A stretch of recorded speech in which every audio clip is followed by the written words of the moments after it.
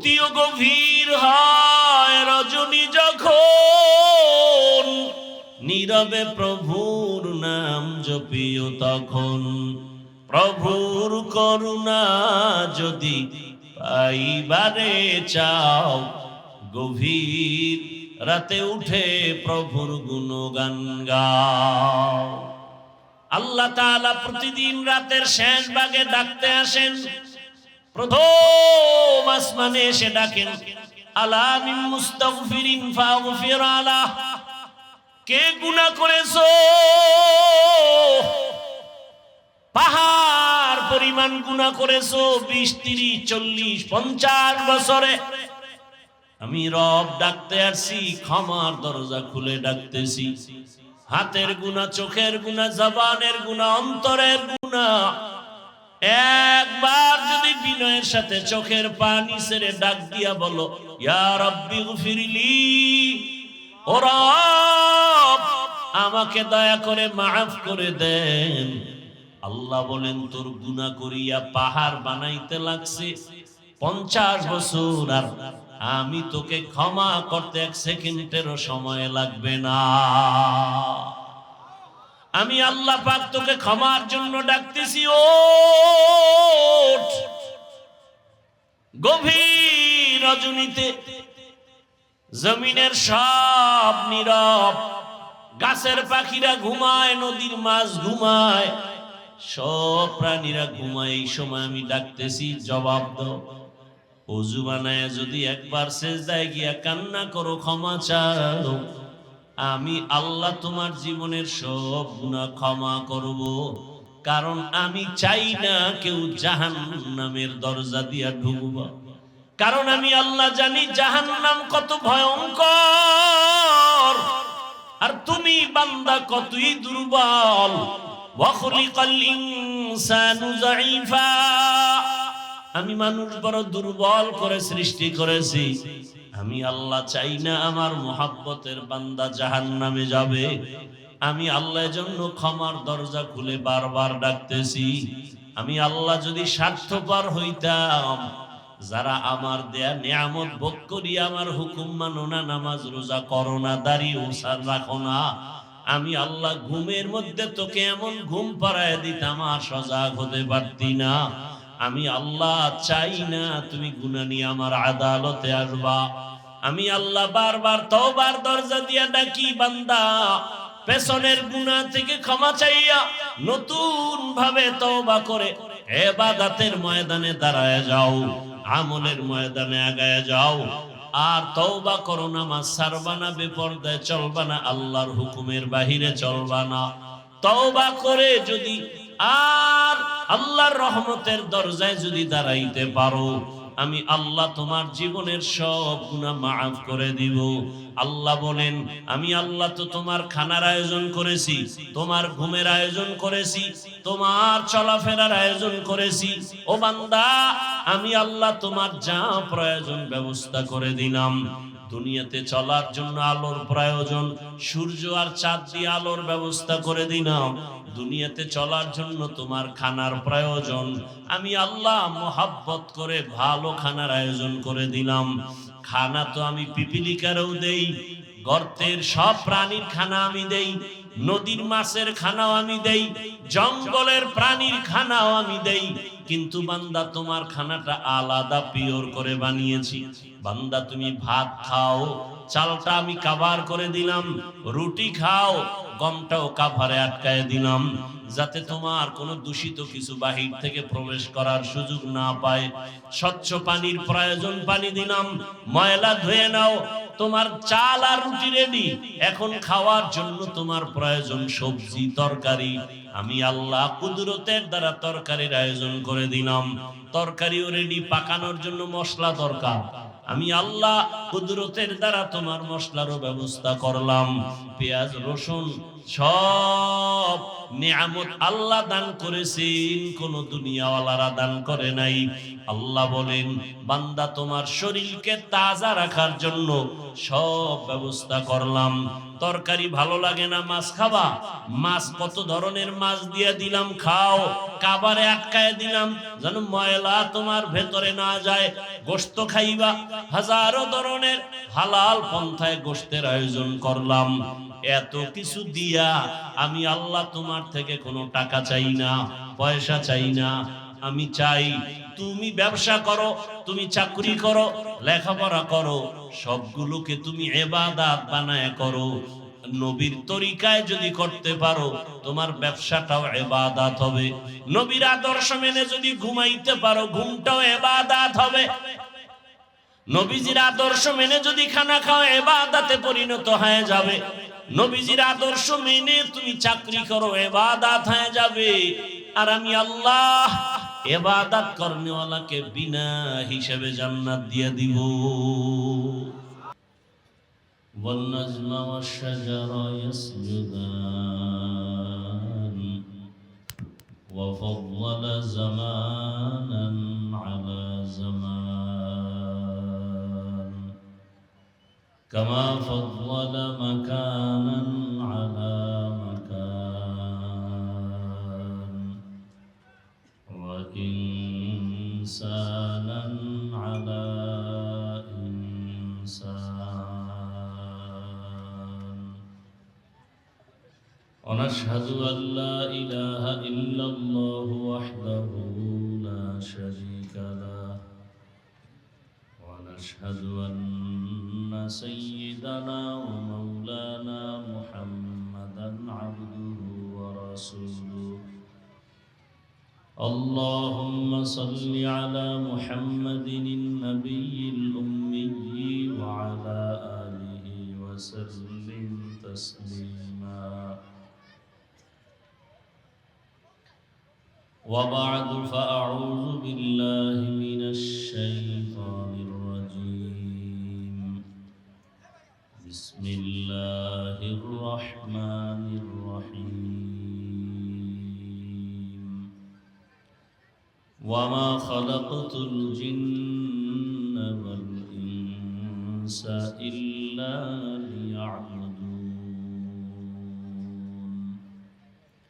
وقال النبي صلى الله عليه وآله وسلم لا طاعة لمخلوق في معصية الخالق صدق الله مولانا العظيم وصدق رسوله النبي الأمي الكريم ونحن على ذلك من الشاهدين والشاكرين والذاكرين والحمد لله رب العالمين سبحانك لا علم لنا إلا ما علمتنا إنك أنت العليم الحكيم رب اشرح لي صدري ويسر لي أمري واحلل عقدة من لساني يفقه قولي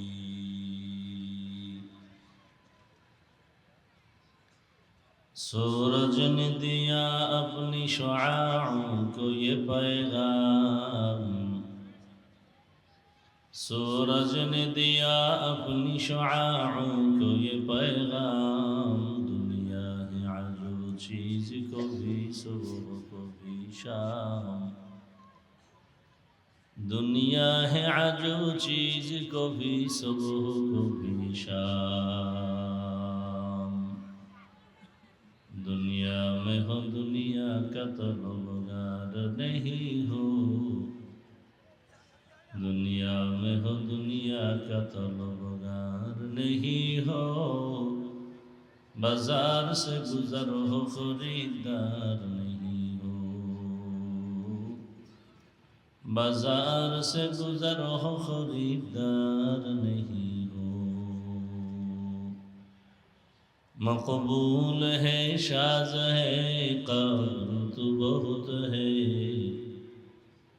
मकबूल है शाज है काबल तू बहुत है आए ना के मानिंदे तू नहीं दिल तू बहुत है आए ना के मानिंदे तू नहीं दिल तू बहुत है ওই বক্সার তো পিছনে যান এই নয়েজ আসে কেন পিছনে মাইক দিছো এদিকে নয়েজ আসে কেন জাতীয় ইমাম সমাজ বাংলাদেশ ফতুল্লাহ থানা শাখার উদ্যোগে আয়োজিত বার্ষিক ইসলামী মহাসম্মেলন আজ 22 জানুয়ারি 2026 ঐতিহাসিক ফতুল্লাহ ডিআইটি মাঠে আয়োজিত আজকের মাহফিলে উপস্থিত মোহতারাম সম্মানিত সভাপতি মুফতি আবু বকর সিদ্দিক কাসেমি দামাত বারাকাতুহুম, প্রধান অতিথি মাওলানা আব্দুল আউয়াল সাহেব দামাত বারাকাতুহুম, বিশেষ অতিথি মুফতি আব্দুস সবুর কাসেমি দামাত বারাকাতুহুম, মনিটরের সাউন্ড বাড়াও, অন্যান্য হযরত উলামায়ে কেরাম, অত্র অঞ্চলের বিভিন্ন স্থান থেকে আগত আল্লাহ পাকের আশিকিন, জাকিরিন, শাকিরিন, মুহিব্বিন, মুরব্বিয়ান এজম, কলিজার টুকরা আমার সমবয়সী যুবক বন্ধুগণ, স্নেহের ছোট ভাই, পর্দার আড়ালে মা বোনেরা, আল্লাহ পাকের দরবারে শুকর যে আল্লাহ আমাদেরকে সুস্থ রেখেছেন, আলহামদুলিল্লাহ। জীবনের এক অমূল্য সম্পদ আমাদের সুস্থতা। আল্লাহ আমাদের এই সুস্থতাকে দায়েমান কবুল করেন। এখনো যারা অসুস্থ ঘরের বিছানায়, হসপিটালে, আল্লাহ তাদেরকেও পূর্ণ সুস্থতার নেয়ামত দান করেন। উলামায়ে হযরত আলোচনা করেছেন এবং আলোচনা সামনে চলবে। আমি মাঝখানে দোয়া নেওয়ার জন্য হাজির হয়েছি এবং সংক্ষেপ দু চারটি কথা বলার নিয়তে কোরআনে হাকিমের এক আয়াত, নবীজির হাদিস থেকে এক টুকরো হাদিস পড়েছি। ইখলাসুল হানিয়াতের সমন্বয়, সহি নিয়তে, সহি তরিকায়, সহি কিছু কথা আমাকে বলার মতো, আপনাদেরকে সুন্দর মতো আল্লাহ তৌফিক দান করেন। ওমা খালাকতুল জিন্না ওয়াল ইনসা ইল্লা লিয়াবুদুন। আল্লাহ বলেন, আমি জিন ও ইনসানকে সৃষ্টি করি নাই, হ্যাঁ করেছি একমাত্র ইবাদতের জন্য। নবীজি বলেন, লা তাআতা লি মাখলুকিন ফি মাসিয়াতিল খালিক। আল্লাহকে অসন্তুষ্ট করে ভিন্ন কারো হুকুম মানা পরিপূর্ণ হারাম। আয়াত হাদিসের তরজমা শেষ। হাদিসে রাসূল যে কথা বললেন যে দুনিয়াতে আল্লাহ ব্যতীত বা আল্লাহকে অসন্তুষ্ট করে অন্য কারো হুকুম মানা যাবে না। এখন এখানে কয়েকটা কথা, আল্লাহর হুকুমকে অমান্য করে অন্যের হুকুম যারা মানে, এই লোকগুলো কারা, এদেরকে আমাদের চিহ্নিত করতে হবে। দ্বিতীয়ত, অন্যের হুকুম মানে সে অন্য লোকগুলো কারা, যাদের হুকুম মানে আল্লাহকে বাদ দিয়া, এটাও আমাদের বুঝতে হবে। তৃতীয়ত, আল্লাহকে অসন্তুষ্ট করা যাবে না, তার কারণ কি? সংক্ষেপ কথা, দুনিয়াতে যারা আল্লাহকে অসন্তুষ্ট করে অন্যের হুকুমকে প্রাধান্য দেয়, এই লোকগুলোকে এক কথায় বলা যায় এরা দুনিয়া লোভী, স্বার্থপর। দুনিয়া লোভী, স্বার্থপর।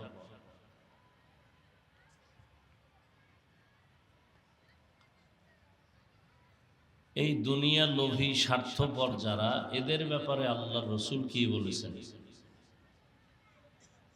قال النبي صلى الله عليه وآله وسلم حب الدنيا رأس كل خطيئة। দুনিয়ার লোভ, ভালোবাসা সব ধ্বংসের কারণ। সাউন্ডটা ডাউন হলো কেন? উপরে উঠাও।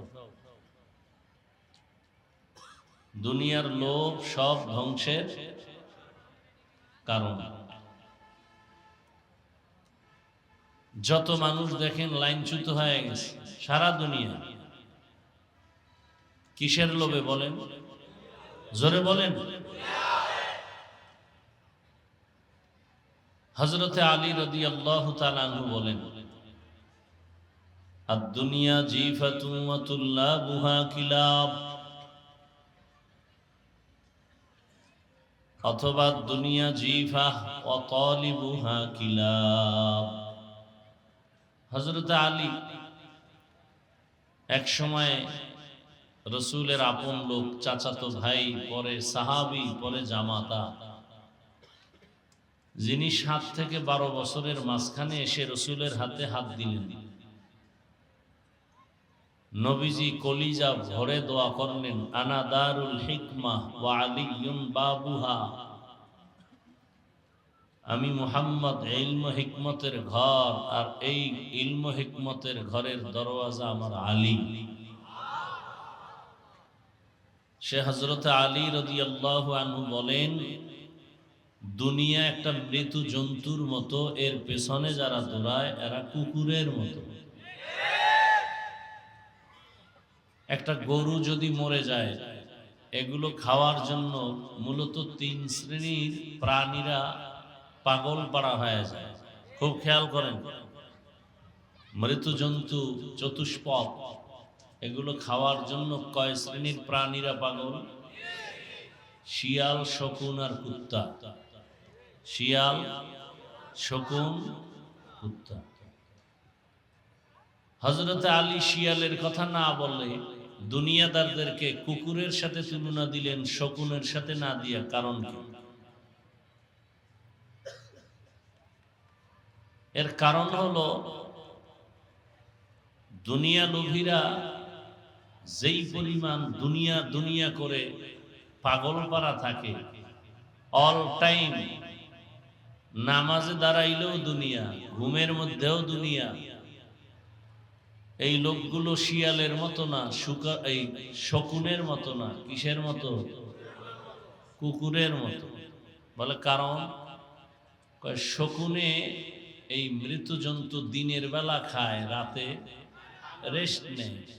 শিয়ালে বলেন না কেন, রাতে খায়, দিনে। কুত্তা দিনেও খায়, রাতেও খায়, অল টাইম পাগল। আর খায় কি? নিজে সব খেতে চায়, শেষে নিজে মোটেও পায় না। এই দুনিয়া দুনিয়া দুনিয়া যারা করে, এরা দিনেও খায়, রাত্রেও খায়, ঘুমের মধ্যেও দুনিয়া, হাঁটতে চলতে সর্ব অবস্থায় দুনিয়া। শেষ পর্যন্ত এই দুনিয়া দুনিয়া কইরা ওর ডানে বামের বন্ধুরা সব খায়, ও নিজে কিছুই পায় না। কি 10 তলা বিল্ডিং ওয়ালা বিল্ডিংই কামাই করলো বানাইয়া, এখন কলা পাতা বিছায় জঙ্গলে ঘুমায় কেন? হারামে কি নাই? আরাম নাই। তাহলে দুনিয়া লোভীরাই আখেরাতের বিরুদ্ধে, ইসলামের বিরুদ্ধে, আল্লাহ রসুলের বিরুদ্ধে, কোরআনের বিরুদ্ধে অবস্থান নেয়। দুনিয়া লোভীরাই আহলে হকের বিরুদ্ধে চলে যায়, আলেমদের বিরুদ্ধে যায়। আবার আলেমরাও যে যদি লোভে পড়ে যায়, তারাও উল্টা পাল্টা হয়ে যাবে। এই লোভ 3 প্রকার। দুনিয়ার লোভ কত প্রকার? হুব্বে যা, হুব্বে মাল, হুব্বে নিসওয়ান। সম্মানের, চেয়ারের লোভ, ক্ষমতার লোভ।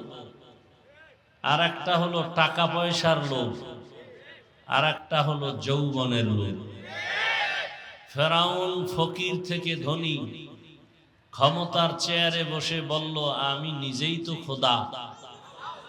শুধু খোদা না, আনা রাব্বুকুমুল আ'লা, আমি সব থেকে বড় খোদা। কিসের লোভ? কিসের লোভ? ক্ষমতার লোভ।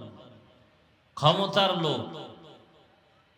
ক্ষমতার লোভে পড়ে নমরুদ ইব্রাহিম নবীর সাথে কি না বেয়াদবি করল, ফেরাউন মুসা নবীর সাথে বেয়াদবি। এরকম সবাই। কারুন লোভে পড়ে মুসা নবীর সাথে বেয়াদবি করলো। কিসের লোভ? জানা থাকলে বলেন তো। টাকার লোভ। কারণের কিসের লোভ? টাকার লোভ। জাকাত দেয় না। আমাদের দেশে তিন লাইনের লোভী আছে না নাই? ক্ষমতার লোভে ইমামের উপরে হামলা, ক্ষমতার লোভে আলেমদের বিরুদ্ধে কথা। কি বলে হুজুরেরা আবার কেন রাজনীতি করে? মক্কার কাফের মুশরিকরা বলতো মোহাম্মদ যদি নবী হয় তো বাজারে যায় কেন? নবীরা বাজারে যাবে না।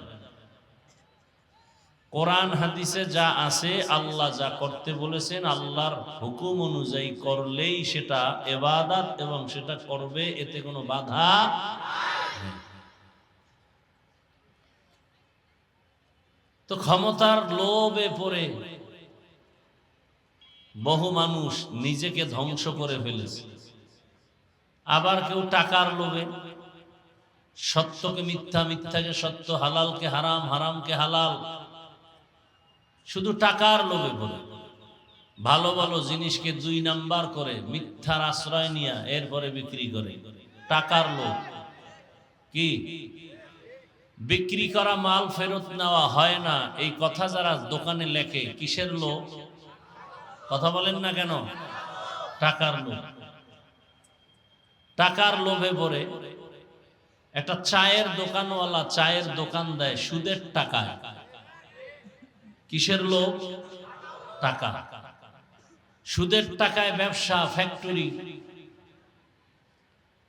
আবার আপনারা এদেরকে নিয়ে মাথায় তুলে ঢুকাইছেন এমন জায়গায়, পৃথিবীতে মসজিদ থেকে দামি কোনো জায়গা আছে? আছে? সেই জায়গার সদস্য একটা সুদখোর হলো কেন? মসজিদের কমিটির মধ্যে সুদখোর আসলো কেন?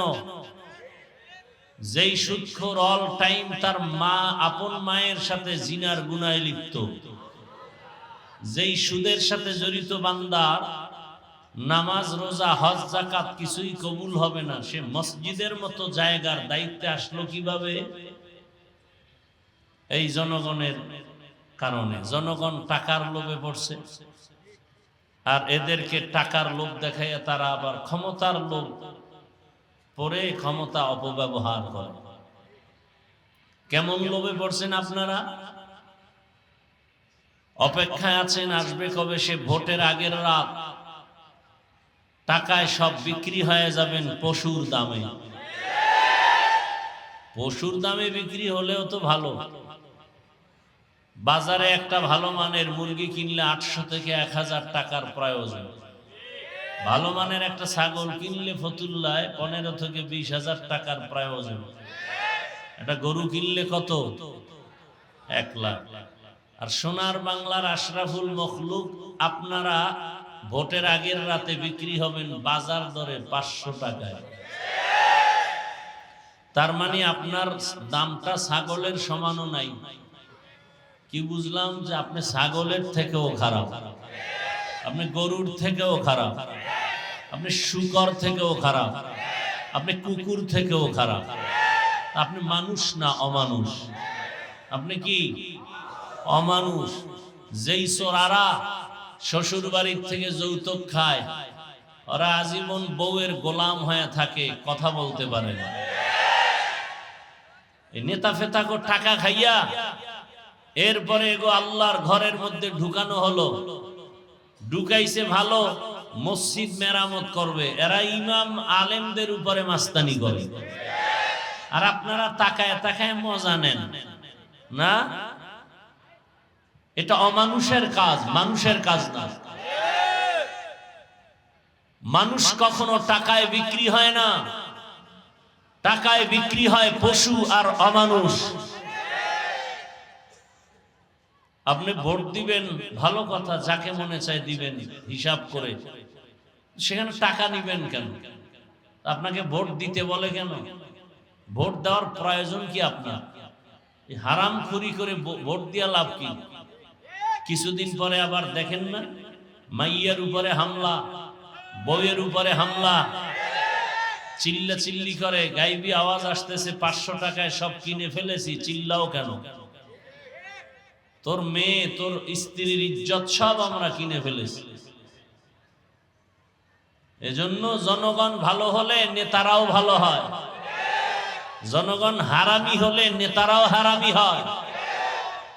জনগণ আগে হারাম পচা পায়খানা খাইয়া নেতাদেরকে শিখায় তোমরাও আবার আমগো জায়গায় বসে আমাদেরটা খাইও। তাহলে নেতার দোষ কি? চেয়ারম্যানের গালি দেন কেন? চেয়ারম্যান তো আগে হারাম খায় নাই, আপনারা খাইয়া ভোটের আগে তাকে শিখাইছেন। টাকার বিনিময়ে এক নম্বরে যদি কেউ টাকা খেতে চান, আমার বয়ানে যে হেদায়েত তা তো না, যদি কেউ প্রার্থী থেকে টাকা খেতেই চান, যে আপনি হুজুরের কোনো তাবিজে ফিরবেন না, তাহলে আপনি বেশি খাবেন, জেনে শুনে খাচ্ছেন। নাম্বার 2, ওয়াদা করবেন যেই চোরারা টাকা দিবে ওদেরকে ভোট দিবেন না। পারবেন? পারবেন? ওরা 2 নাম্বার, 1 নাম্বার নয়। আমাদের কাছে দোয়া চায় 13 প্রার্থী, এমপি হবে কয়জন? 13 জনের দোয়া চাইতেছে, 13 জন এমপি হবে? হ্যাঁ, কি দোয়া করুন? আল্লাহ যার দ্বারা দেশের উপকার হবে, জাতির কল্যাণ হবে, ইসলামের উপকার হবে, তাকে বিজয় করে। এর থেকে আর ভালো দোয়া আছে? কিন্তু ইসলামের নাম নিয়ে যেন কেউ ভণ্ডামি করার সুযোগ না পায়। বিবেক দিয়া কাজ করবেন। 2 নাম্বার লোকেরে দিবেন। 2 নাম্বার কারা? দুনিয়া লোভী যারা, দুনিয়া লোভী। আল্লাহ হেদায়েত দান করুন। তাহলে এই দুনিয়া লোভীরা আল্লাহর হুকুম অমান্য করে দুনিয়াতে অন্যের হুকুম মানে, নেতার হুকুম, মা বাবার হুকুম। এক কথায় আল্লাহকে বেজার করা যাবে না। প্রশ্ন হলো বেজার করা যাবে না কেন? বলে দুনিয়াতে আল্লাহকে বেজার করে কাকে খুশি করবা? যাকে করবা সে স্বার্থপর, চান্দাবাজ আর ধান্দাবাজ। একমাত্র নিঃস্বার্থ আমাদেরকে ভালোবাসেন আমার আল্লাহ। আমার আল্লাহ আমাদেরকে যা দিয়েছেন দুনিয়াতে কেউ দেয় নাই। দুনিয়া দেয় দেয় দেয় বলেও দেয় না, আর যতটুকু দেয় তা খোঁটা দিয়া ধ্বংস করে দেয়। আর আমার আল্লাহ দেওয়ার দরজা অল টাইম খুলে রাখছেন, অল টাইম। রাতের গভীরে তুমি আল্লাহকে ডাকবা, আল্লাহ বলেন লাব্বাইকা ইয়া আবদি। 1 সেকেন্ডের জন্য দরওয়াজা বন্ধ নাই। সমুদ্রের মাঝে গিয়া যদি ডাক দাও ইয়া রব, আমার আল্লাহ সেখানেও জবাব দিবেন লাব্বাইকা ইয়া আবদি। আমার আল্লাহকে মহিলারাও ডাকলে জবাব দিবেন, পুরুষেরাও ডাকবে জবাব।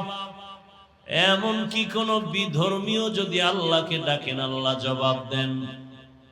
এক আল্লাহর বান্দা মূর্তি পূজা করে, একটা মূর্তি সামনে নিয়ে সনম সনম সনম বলে জিকির করে, হঠাৎ তার অজান্তে জবান থেকে সনম শব্দ বের হওয়ার পরিবর্তে বের হয়ে গেল সমাদ। সমাদ। এত বছর যে সনম সনম বলে ডাকছে কোনো আওয়াজ নাই, আজ সমাদ শব্দ যখন বের হয়ে গেল সাথে সাথে গাইবি আওয়াজ লাব্বাইকা ইয়া আবদি। আল্লাহর বান্দা বলেন এত বছর আমি সনম সনম বলে ডাকলাম, কোনো জবাব নাই। আজ আমার জবান থেকে সমাদ শব্দ বের হলো, জবাব আসলো কে আপনি। আবার জবাব আসলো আনা রব্বুক, আমি তোমার রব। আমি অপেক্ষায় ছিলাম কখন তুমি আমাকে রব বলে ডাকবা, আল্লাহ বলে ডাকবা, আমার দরজায় ফিরে আসবা। কারণ তোমাকে কথা বলার শক্তি তোমার মা বাবা কেউ দেয় নাই, আমি আল্লাহ তোমাকে কথা বলার শক্তি দিলাম। দুনিয়াতে আমি আল্লাহ তোমাকে যখন পাঠিয়েছি তুমি দাঁড়াইতেও পারো না, কথা বলতেও পারো না। তুমি দুনিয়াতে আসার পরে তোমার একটাই পুঁজি কান্নার আওয়াজ, আর তোমার কান্নার আওয়াজ দিয়ে কখন কি তোমার প্রয়োজন এই প্রয়োজনটা তোমার বাবাও বুঝে না, একমাত্র তোমার মা বুঝে বুঝে সব আয়োজন করেছে। তুমি কান্না করেছো, বুঝাইতে চেয়েছো তোমার বড় ক্ষুধা লাগছে, মা তোমার কান্নার ভাষা বুঝে খানার আয়োজন করেছেন। তুমি কান্না করেছো, মা সারা বাবা পর্যন্ত বুঝে নাই। বাবাই বলে বাচ্চা কাঁদে কেন, খানা দেও। মা বলে 5 মিনিট আগে খানা দিয়েছি, আবার কেন খানা দিব। বাবাই বলে তো কান্না করে কেন। মা বলে এই কান্নাটা তার ঘুমের আগের কান্না, খানার কান্না না। ঘুম যাবে বিদায় বাচ্চা এখন কান্না করে। আল্লাহ বলেন, আমি আল্লাহ তোরে দুনিয়াতে পাঠানোর পর একটা মা বাবাও কোনোদিন আমাকে বলে নাই কথা বলার শক্তি দাও। কোনোদিন তোর মা বাবা বলে নাই আমার সন্তানের দাঁত নাই, দাঁত দাও। হাঁটতে পারে না, হাঁটার শক্তি দাও। যখন যেটার প্রয়োজন আমি আল্লাহ চাওয়ার আগে সব ব্যবস্থা করে দিয়েছি। আমি আল্লাহ পাক সব কিছুর আয়োজন করেছি। তোরে হাঁটার শক্তি দিলাম, কথা বলার শক্তি দিলাম, দেখার শক্তি দিলাম। এখন তুই কচি কণ্ঠে আব্বু বলে ডাক দাও, বাবার কলিজা ঠান্ডা হয়। কচি কণ্ঠে তুই আম্মুকে আম্মু বলে ডাক দাও, মায়ের কলিজা ঠান্ডা হয়। আমি আল্লাহ বাধা দেই নাই। তুই মাকে মা বলে ডাকবি, বাধা নাই। বাবাকে বাবা বলে ডাকবি, বাধা নাই। কিন্তু তোর মা বাবা সামান্যতম তোমার খানা দানা, বস্ত্র, বাসস্থানের ব্যবস্থা করেছে। আর আমি আল্লাহ যে তোরে জিহ্বা নামের মেশিন দিয়ে কথা বলার শক্তি দিলাম। আমি আল্লাহ অপেক্ষায় থাকি। মাকে ডাকো, বাবাকে ডাকো, মাঝে মাঝে আমি আল্লাহকে একবার আল্লাহ বলে ডাক দিবা। যদি একবার আল্লাহ বলে ডাক দেও, আমি আল্লাহ তোমার দিলের হালাত জানি, চাওয়ার আগে সব ব্যবস্থা করে ফেলবো। আতিনা ফি দারে দুনিয়া না হাসান, আতিনা ফি দারে উকবা না হাসান, ইয়া গিয়াসাল মুস্তাগীসিন ইহদিনা লাফতিখারা বিল উলুমে ওয়াল গিনা। হর গরিদে নেক তু তৈয়ার হে, जो न मांगे उससे तू बेजार है। আল্লাহ তাআলা বলেন, আমাকে বেজার কেন করবি? দুনিয়াতে যে তোকে কিছু দেয় সব স্বার্থপর। তাকায়া দেখ, স্বার্থে আঘাত লাগার কারণে মা সন্তানকে মেরে ফেলেছে। আবার সন্তান মায়ের গায়ে হাত তুলে স্বার্থের কারণে। আর আমি আল্লাহ কেমন দয়ার মালিক। আমি আল্লাহ পাক এত মায়ার দরজা দিয়ে আমি তোকে আদর করি। আমি যদি সামান্যতম স্বার্থপর হইতাম, আমার দেওয়া পানি, আমার দেয়া সূর্যের আলো, চাঁদের আলো, আমার দেয়া জমিনের ফসল, গাছের ফল, নদীর মাছ খাও, আবার আমার দেওয়া নেয়ামত ভোগ করিয়া আমার হুকুম মতো নামাজে যাও না। ফজরে তোরে ডাক দিলাম, আয় মসজিদে গিয়া হাজিরা দাও। মসজিদের হাজিরায় তোমাকে পাওয়া যায় নাই। আমি আল্লাহ বেজার না। আবার তোমাকে জোহরের হাজিরায় ডাক দেওয়া হলো মুয়াজ্জিনের দ্বারা, জোহরের হাজিরায় যাও নাই। আমি আল্লাহ তোমাকে আবার আসরে ডাক দেওয়ার ব্যবস্থা করলাম। আমি রাগ করি নাই। যদি আসরেও আসতে পারো, ফজর জোহরের সব গুনাহ মাফ করে দিব। বান্দা আসরেও আসো নাই, আমি আল্লাহ রাগ না করে আবার মাগরিবে ডাকার আয়োজন করলাম। আসো নাই, এশায় ডাকলাম, সেখানেও হাজিরা দাও নাই। মুয়াজ্জিনের মাধ্যমে ডাকার পর, আলেম ওলামার ডাকার পরেও আসো নাই। এবার আমি আল্লাহ কেমন দয়ার মালিক। আমি আল্লাহ নিজে রেডি হয়ে গেলাম। আমি নিজেই তোমাকে ডাকার জন্য হাজির হব। আমি আল্লাহ নিজেই ডাকার জন্য রেডি। অতিও গভীর হয় রজনী যখন, নীরবে প্রভুর নাম জপিও তখন। প্রভুর করুণা যদি পাইবারে চাও, গভীর রাতে উঠে প্রভুর গুণগান গাও। আল্লাহ তাআলা প্রতিদিন রাতের শেষ ভাগে ডাকতে আসেন। প্রথম আসমানে এসে ডাকেন, আলা মিন মুস্তাগফিরিন ফাগফির আলাহ। কে গুনাহ করেছো? পাহাড় পরিমাণ গুনাহ করেছো, 20, 30, 40, 50 বছরে। আমি রব ডাকতে আসছি, ক্ষমার দরজা খুলে ডাকতেছি। হাতের গুনাহ, চোখের গুনাহ, জবানের গুনাহ, অন্তরের গুনাহ। একবার যদি বিনয়ের সাথে চোখের পানি ছেড়ে ডাক দিয়া বলো, ইয়া রাব্বি গফিরলি, ও রব আমাকে দয়া করে মাফ করে দেন। আল্লাহ বলেন, তোর গুনাহ করিয়া পাহাড় বানাইতে লাগছে 50 বছর, আর আমি তোকে ক্ষমা করতে 1 সেকেন্ডেরও সময় লাগবে না। আমি আল্লাহ পাক তোকে ক্ষমার জন্য ডাকতেছি। ওঠ। গভীর রজনীতে জমিনের সব নীরব, গাছের পাখিরা ঘুমায়, নদীর মাছ ঘুমায়, সব প্রাণীরা ঘুমায়। এই সময় আমি ডাকতেছি, জবাব দাও। ওযু বানায় যদি একবার সিজদায় গিয়া কান্না করো, ক্ষমা চাও, আমি আল্লাহ তোমার জীবনের সব গুনাহ ক্ষমা করব। কারণ আমি চাই না কেউ জাহান্নামের দরজা দিয়া ঢুকবা। কারণ আমি আল্লাহ জানি জাহান্নাম কত ভয়ঙ্কর, আর তুমি বান্দা কতই দুর্বল। ওয়া খুলিকাল ইনসানু যায়ীফা। আমি মানুষ বড় দুর্বল করে সৃষ্টি করেছি। আমি আল্লাহ চাই না আমার মুহাব্বতের বান্দা জাহান্নামে যাবে। আমি আল্লাহর জন্য ক্ষমার দরজা খুলে বারবার ডাকতেছি। আমি আল্লাহ যদি স্বার্থপর হইতাম, যারা আমার দেয়া নিয়ামত ভোগ করি আমার হুকুম মানো না, নামাজ রোজা করো না, দাড়ি ওসার রাখো না, আমি আল্লাহ ঘুমের মধ্যে তোকে এমন ঘুম পাড়ায় দিতাম আর সজাগ হতে পারতি না। আমি আল্লাহ চাই না তুমি গুনাহ নিয়ে আমার আদালতে আসবা। আমি আল্লাহ বারবার তওবার দরজা দিয়া ডাকি, বান্দা পেছনের গুনাহ থেকে ক্ষমা চাইয়া নতুন ভাবে তওবা করে ইবাদতের ময়দানে দাঁড়ায় যাও, আমলের ময়দানে আগায় যাও।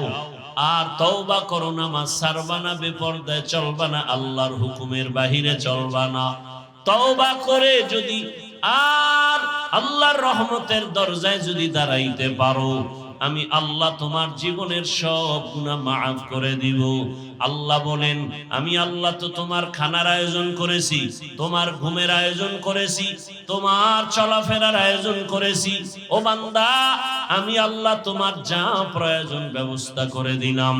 দুনিয়াতে চলার জন্য আলোর প্রয়োজন, সূর্য আর চাঁদ দিয়ে আলোর ব্যবস্থা করে দিলাম। দুনিয়াতে চলার জন্য তোমার খানার প্রয়োজন, আমি আল্লাহ মোহাব্বত করে ভালো খানার আয়োজন করে দিলাম। খানা তো আমি পিপিলিকারও দেই, গর্তের সব প্রাণীর খানা আমি দেই, নদীর মাছের খানাও আমি দেই, জঙ্গলের প্রাণীর খানাও আমি দেই। কিন্তু বান্দা তোমার খানাটা আলাদা পিওর করে বানিয়েছি। বান্দা তুমি ভাত খাও, চালটা আমি কাভার করে দিলাম, রুটি খাও, গমটাও কাভারে আটকায় দিলাম, যাতে তোমার কোনো দূষিত কিছু বাহির থেকে প্রবেশ করার সুযোগ না পায়। স্বচ্ছ পানির প্রয়োজন, পানি দিলাম, ময়লা ধুয়ে নাও। তোমার চাল আর রুটি রেডি, এখন খাওয়ার জন্য তোমার প্রয়োজন সবজি তরকারি। আমি আল্লাহ কুদরতের দ্বারা তরকারির আয়োজন করে দিলাম, তরকারিও রেডি, পাকানোর জন্য মশলা দরকার। আমি আল্লাহ কুদরতের দ্বারা তোমার মশলারও ব্যবস্থা করলাম। পেঁয়াজ রসুন সব নিয়ামত আল্লাহ দান করেছেন, কোন দুনিয়াওয়ালারা দান করে নাই। আল্লাহ বলেন, বান্দা তোমার শরীরকে তাজা রাখার জন্য সব ব্যবস্থা করলাম। তরকারি ভালো লাগে না, মাছ খাবা, মাছ কত ধরনের মাছ দিয়ে দিলাম, খাও। কাবারে আটকায় দিলাম যেন ময়লা তোমার ভেতরে না যায়। গোশত খাইবা, হাজারো ধরনের হালাল পন্থায় গোশতের আয়োজন করলাম। এত কিছু দিয়া আমি আল্লাহ তোমার থেকে কোনো টাকা চাই না, পয়সা চাই না। আমি চাই তুমি ব্যবসা করো, তুমি চাকরি করো, লেখাপড়া করো, সবগুলোকে তুমি ইবাদত বানায় করো। নবীর তরিকায় যদি করতে পারো তোমার ব্যবসাটাও ইবাদত হবে। নবীর আদর্শ মেনে যদি ঘুমাইতে পারো ঘুমটাও ইবাদত হবে। নবীজির আদর্শ মেনে যদি খানা খাও ইবাদতে পরিণত হয়ে যাবে। নবীজির আদর্শ মেনে তুমি চাকরি করো ইবাদত হয়ে যাবে। আর আমি আল্লাহ ইবাদত করনেওয়ালাকে বিনা হিসাবে জান্নাত দিয়ে দিব। ইবাদত অনেকে মনে করে তসবিহ নাও, পাগড়ি লাগাও, মসজিদে গিয়া জিকির আজকার করো, তেলাওয়াত করো, নামাজ পড়ো, ইবাদত শেষ।